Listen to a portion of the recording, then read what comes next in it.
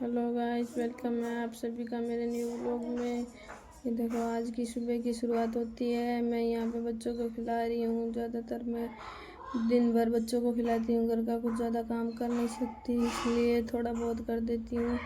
ये देखो, मैंने रोटी वगैरह बनाई, थोड़ी बहुत बाम सब्जी देखी, सब्जी बनी हुई थी तो मैंने सोचा सबके लिए रोटी बना दूँ। आज छोटे वाले पायलट की तबीयत ठीक नहीं है, इसलिए मैंने थोड़े बहुत घर के काम किया, कर लगा जूस वगैरह बनाए, कपड़े वगैरह धोए। फिर ये मेरी बेटी तो बहुत रोई आज अंगूर के लिए। हम घर पे अंगूर लाए हुए नहीं थे और इसको वही चीज़ चाहिए होती है जो मेरे घर पे नहीं बनी हुई होती है या नहीं लाई हुई होती है। पूरे दिन ये फ्रूट और चावल के सिवा कुछ नहीं खाती, रोटी तो बहुत कम खाती है। इसलिए मैंने इसको समझू के चुप कराया। बाद में ये चुप हो गई। बाद में इसकी बहुत सारी दवाइयाँ लाई हुई थी, वो मैं फेंक के आई।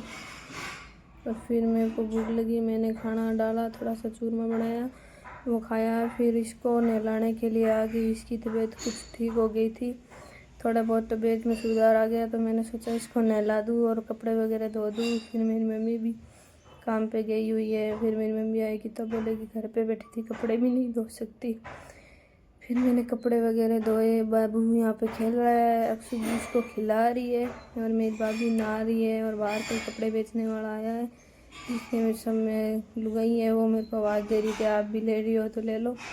मैंने बोला मैं तो नहीं ले रही, तुम ही ले लो। मैं क्या करूँगी कि इतने सारे कपड़ों को मेरे लिए। तो अभी 2-3 दिन पहले मेरी सासू माँ आई थी, वो लेके आई थी, इसलिए मैंने उनको बोला मैं तो नहीं ले रही हूँ। इतनी धूप थी भाई, 1 बज गए पर हमारे घर के काम तो ख़त्म होने का नाम ही नहीं ले रहा। कभी वो काम करो, कभी वो काम करो, काम कर कर के पागल हो जाए। पर ये घर के काम तो रात को सोने तक ख़त्म नहीं होते, इसलिए बाद में कपड़े भी सुखा रही थी। बाद में भाई भी आ गया था कि ड्राइवर की रोटी डाल दो। बाद में ड्राइवर की रोटी डालने के लिए उसको बोल दिया कि तू डाल ले, पर वो बहुत बड़ा बेकार है भाई। उसने बोला कि तू आ और डाल दे कपड़े, बाद में सुखा लेना। इसलिए बाद में आ जाके एक बार बीच में बर्तन टिफ़िन साफ करके आ गई। फिर मैंने बोला कि मेरे को बीच में कपड़े रख के आई हूँ, वो सुखा के आ जाऊँ, फिर लेके चल जाऊँ ड्राइवर की रोटी। और बच्चे भी बाहर खेल रहे हैं।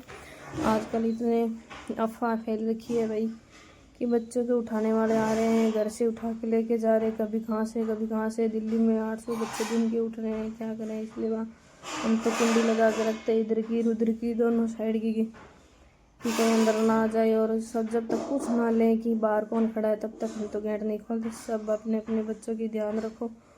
फिर बाद में आ गई, टिफ़िन में रोटी वगैरह डाली। फिर मेरे को भी भूख लगी थी, बाद में भी मैंने भी खाना खाया। फिर ये देखो टीवी चला रही हूँ, तारक मेहता देखते देखते खाना नहीं खाती मेरी बेटी। फिर इसको देखो तारक मेहता पसंद नहीं है, बोली दूसरा वाला निकाल। इतने में फिर पुचका वाला आ गया। मैंने इसको बहुत मना किया मत खा मत खा।